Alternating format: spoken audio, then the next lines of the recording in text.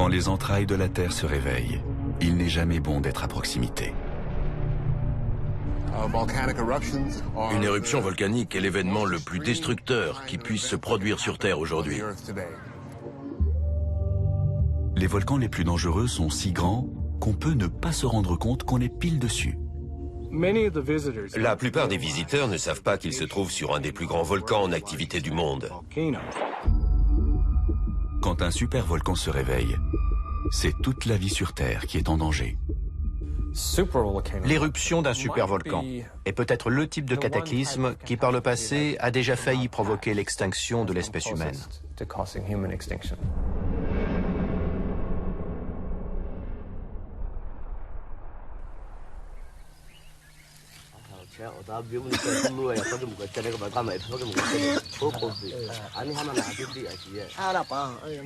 Il y a 75 000 ans, la vie n'était pas facile pour les hommes qui peuplaient la Terre.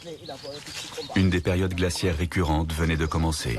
Les températures étaient en baisse et la situation n'allait pas tarder à empirer. À l'autre bout du monde, sur l'île de Sumatra, il s'est produit une super éruption volcanique. Le Toba a rejeté dans l'atmosphère plusieurs milliers de kilomètres cubes de magma et de dioxyde de soufre. Nos ancêtres en Afrique de l'Est ont sans doute vu le ciel s'assombrir peu à peu. La lumière du soleil était certainement très voilée, le ciel était presque complètement couvert.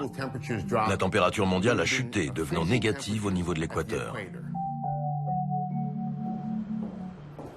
D'après les scientifiques, l'hiver volcanique causé par l'éruption du Toba a duré au moins 5 ans et a failli entraîner la disparition totale de l'humanité.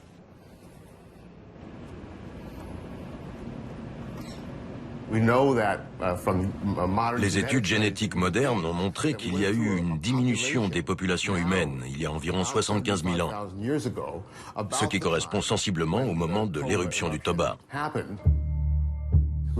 Notre nombre est tombé à seulement quelques milliers d'individus. Cette période est considérée comme la plus critique pour l'humanité. L'espèce humaine a frisé l'extinction totale. L'éruption du Toba, ce supervolcan, a pratiquement provoqué notre disparition.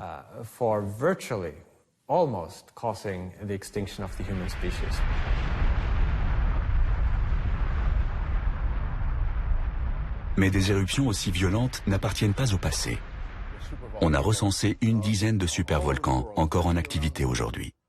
En ce qui concerne les supervolcans, la question n'est pas de savoir s'il y aura une nouvelle éruption, mais quand elle aura lieu. Le numéro 1 sur la liste des volcans qui pourraient faire d'immenses dégâts se trouve en fait sur un des sites les plus visités au monde.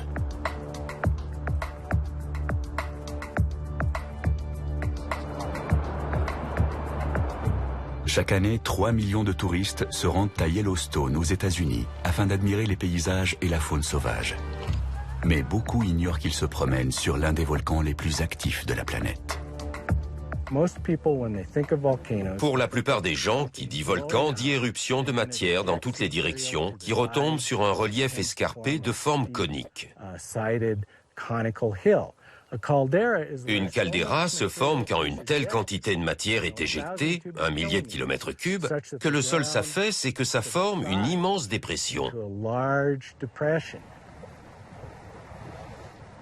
La caldeira de Yellowstone est gigantesque, 40 km de large sur 80 de long. À plusieurs kilomètres sous terre s'étend une chambre magmatique immense, sorte de super cocotte minute sous pression qui finira un jour par exploser.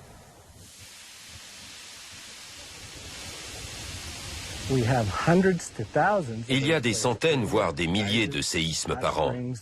Il y a des geysers, des sources chaudes, des mares de boue et des fumerolles. Il y a aussi des zones de plusieurs centaines de kilomètres carrés qui se soulèvent, puis redescendent lentement, comme si le volcan respirait. Par exemple, celle qui se trouve devant nous s'est surélevée de 12 cm entre 1996 et 2004. De toute évidence, la chambre magmatique située sous le parc est très active. Reste à savoir quand se produira la prochaine éruption. Y aura-t-il des éruptions à Yellowstone? Oui, ça ne fait aucun doute. Y a-t-il déjà des essaims sismiques? Oui. Des déformations du sol? Oui. Pourquoi n'est-ce pas le signe d'une éruption imminente?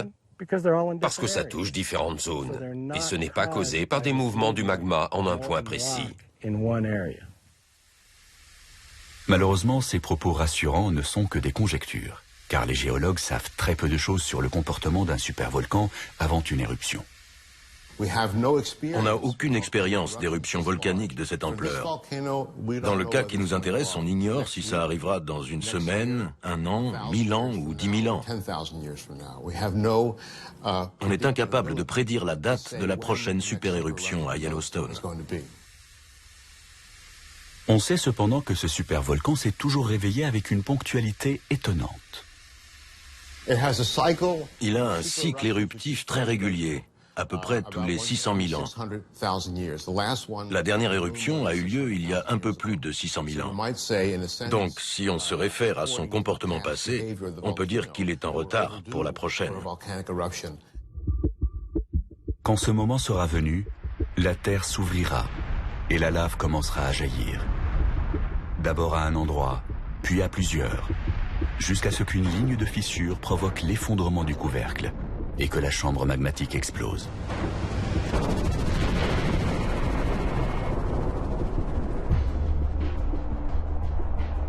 Au cours de certains types d'éruptions, un nuage immense se forme. Appelé coulée pyroclastique, il est composé de gaz, de vapeur d'eau, de cendres, de lave et de débris extrêmement chauds. Le nuage s'étale dans toutes les directions, à une vitesse de plusieurs centaines de kilomètres/heure. Rien ne survit à son passage. Bozeman est la ville du Montana qui connaît la plus forte croissance démographique. C'est de là que partent de nombreux touristes qui visitent Yellowstone. Le parc a beau être à une centaine de kilomètres, Bozeman serait détruit par la nuée ardente.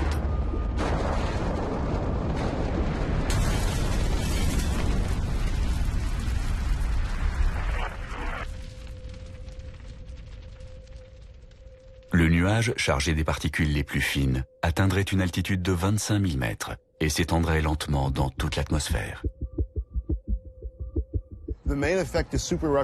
La conséquence principale serait d'ordre climatique.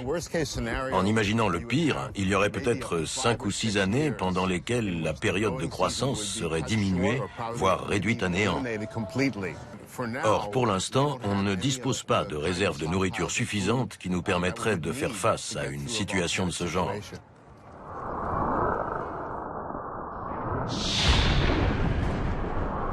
Un géocroiseur pourrait être dévié et une guerre nucléaire mondiale pourrait être évitée grâce à la diplomatie. Mais il serait impossible d'arrêter l'éruption d'un supervolcan. Il n'existe pas de méthode mécanique pour soulager la pression au cœur d'un volcan. On peut percer un millier de trous de mine ou recouvrir Yellowstone d'une couche de 3 km d'épaisseur de ciment ou de béton armé. La nature gagnera toujours. On ne peut pas empêcher une éruption de ce type. Mais on peut prendre des précautions. Par exemple, en construisant des abris avec des réserves d'eau et de nourriture suffisantes pour que les gens puissent tenir 10 ans ou plus, le temps que la situation s'améliore à la surface. Le risque d'une super éruption au cours des décennies à venir est faible, de 0,1 à 0,2%. Espérons simplement que les survivants seront assez nombreux pour faire renaître la civilisation. Depuis que la Terre existe, les éruptions de supervolcans ont été 2 fois plus nombreuses qu'une collision avec un astéroïde ou une comète. C'est pour cela que cette menace occupe la 8e place dans notre liste.